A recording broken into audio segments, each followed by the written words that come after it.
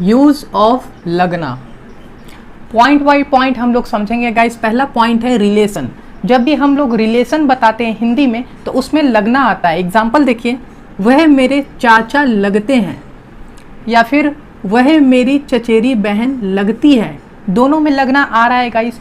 लेकिन मैं आपसे कुछ पूछना चाहूँगा, अगर यहाँ पर लगना को हटा दिया जाए और ऐसा बोला जाए वह मेरे चाचा हैं, तो क्या सेंस बदल जाएगा? वो तो मेरे चाचा ही रहेंगे, है ना। तो लगना लगाने से या हटाने से सेंटेंस का सेंस नहीं बदलता है। तो वैसे शब्द जिसको लगाने से या हटाने से सेंटेंस का सेंस नहीं बदलता है, तो उस शब्द की इंग्लिश हम लोग नहीं लिखते हैं। यहाँ पर आप सिंपली इसको इंग्लिश में ट्रांसलेट कर सकते हैं गाइस। आप बोलेंगे he is my uncle, he is my uncle. और इसके लिए आप इंग्लिश बना सकते हैं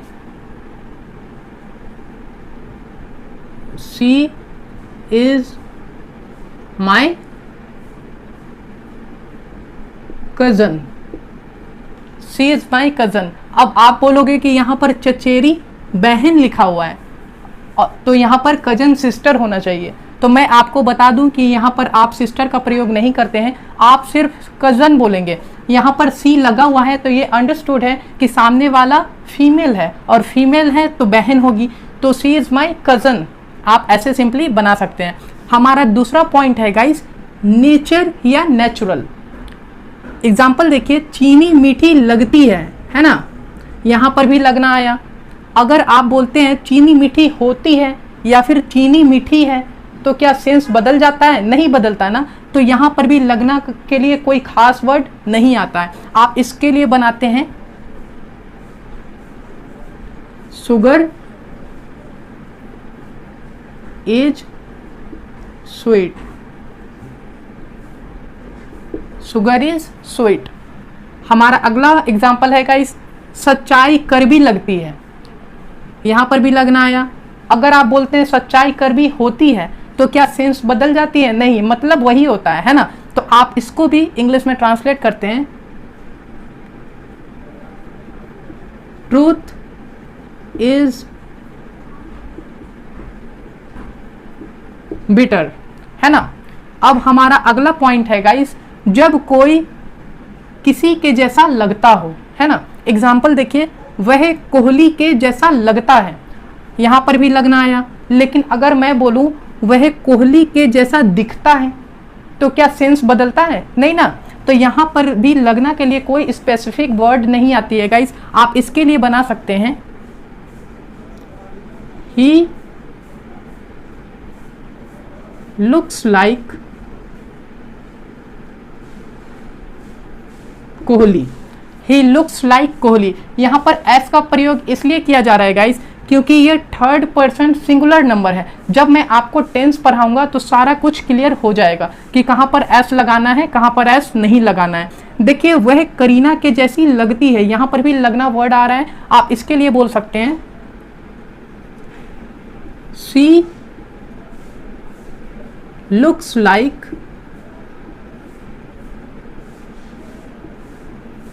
करीना, है ना। अब यहाँ पर हमारा अगला पॉइंट है गाइस, जब किसी पर कुछ अच्छा लगता है ना। अक्सर हम लोग बोलते हैं ना, लाल कलर तुम पे अच्छा लगता है ना।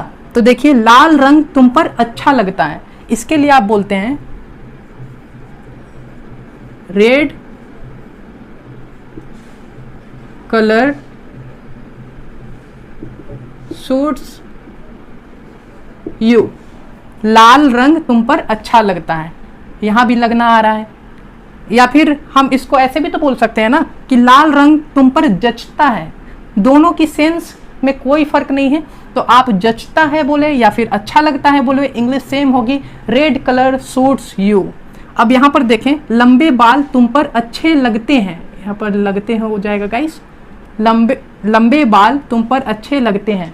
इसके लिए आप बोलते हैं long hair suits you, long hair suits you.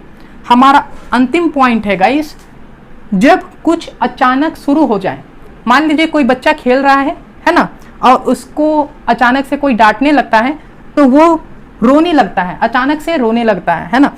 तो इसके लिए आप इंग्लिश में बनाते हो ही begins to cry, he begins to cry। यहाँ पर एस का प्रयोग इसलिए हो रहा है क्योंकि ये थर्ड पर्सन सिंगुलर नंबर है।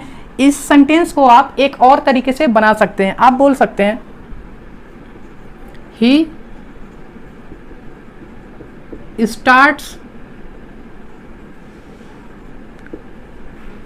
crying। ध्यान देने वाली बात यह है गाइस कि जब आप बिगिन का प्रयोग करते हैं तो यहाँ पर इन्फिनिटिव आता है, टू के साथ वर्ब आता है, लेकिन जब आप स्टार्ट का प्रयोग करोगे तो यहाँ पर आईएनजी फॉर्म आएगी, आप बोलेंगे ही स्टार्ट्स क्राइंग। एक और एग्जांपल देखिए, पापा डांटने लगते हैं, मतलब अचानक से डांटने लगते हैं, आप बोलेंगे डैड बिगन्स टू स्कॉल्ड, या फिर आप बोल सकते हैं डैड स्टार्ट्स स्कॉल्डिंग। आप दोनों में से किसी एक का इस्तेमाल कर सकते हैं। हमारा अंतिम सेंटेंस है गाइस, लास्ट सेंटेंस, सर डांटने लगे, और ये पास्ट में है गाइस, तो इसके लिए आप बिगिंस का प्रयोग नहीं करते हैं, आप बोलते हैं sir began to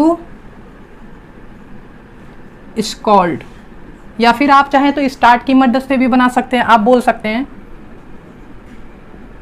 sir started scolding।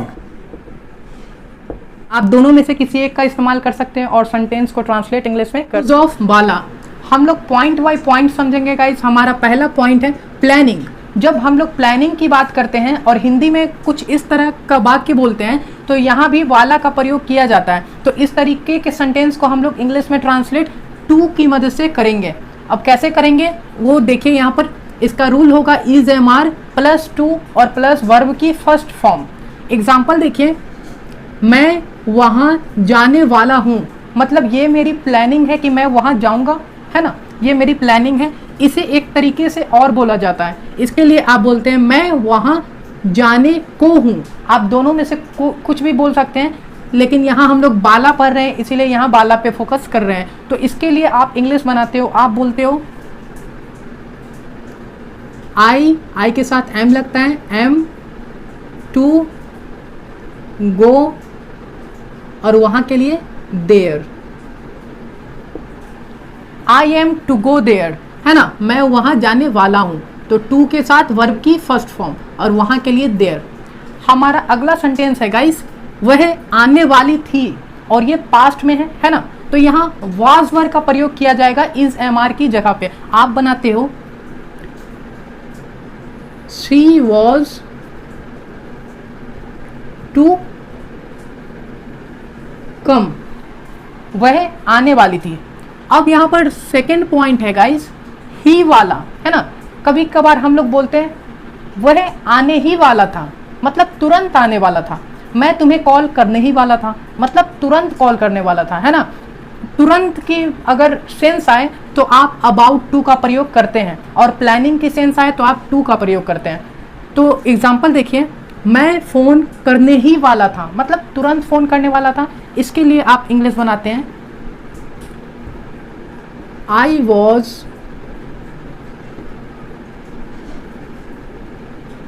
About to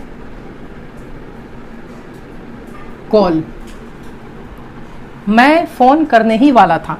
था के लिए वॉज और अबाउट टू का प्रयोग करते हैं हम लोग। एक और एग्जांपल देखिए, वह आने ही वाला है, ये प्रेजेंट में है, तो आप बनाएंगे he is about to come, he is about to come, वह आने ही वाला है।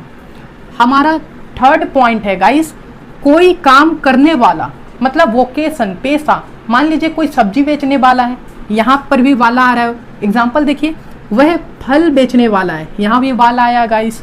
वह सब्जी बेचने वाली है, यहाँ भी वाला आ गया। तो इसको आप सिंपली ट्रांसलेट कर सकते हैं इंग्लिश में। आप बोलोगे he is a fruit seller. He is a fruit seller. सब्जी बेचने वाला है तो he is a vegetable seller.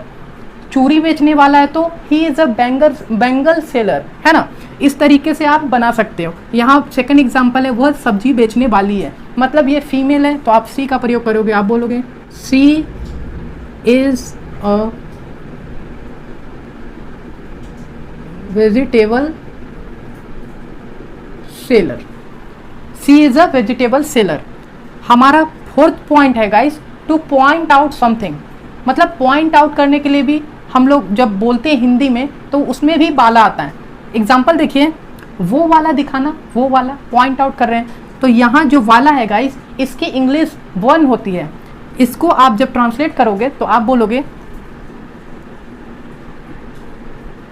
Show me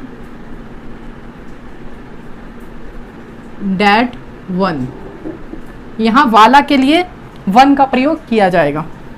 second example है गाइस, वो वाला इससे ज्यादा अच्छा है ना। इसके लिए आप बोलोगे that one is better than it. That one is better than it, आप इसके लिए बनाते हो। थर्ड एग्जाम्पल है गाइस, लाल वाला मेरा है ना। लाल वाला मेरा है, पॉइंट आउट करके मैं बोल रहा हूं लाल वाला मेरा है। तो आप बोलोगे लाल के लिए रेड, और जैसा कि मैंने बताया आपको कि वाला के लिए वन का प्रयोग करोगे तो आप बोलोगे रेड वन इज माइन। लाल वाला मेरा है। अब यहां देखिए लास्ट एग्जांपल है, तुम्हारा कौन वाला है ना। तुम्हारा कौन वाला है, तो आप पूछोगे विच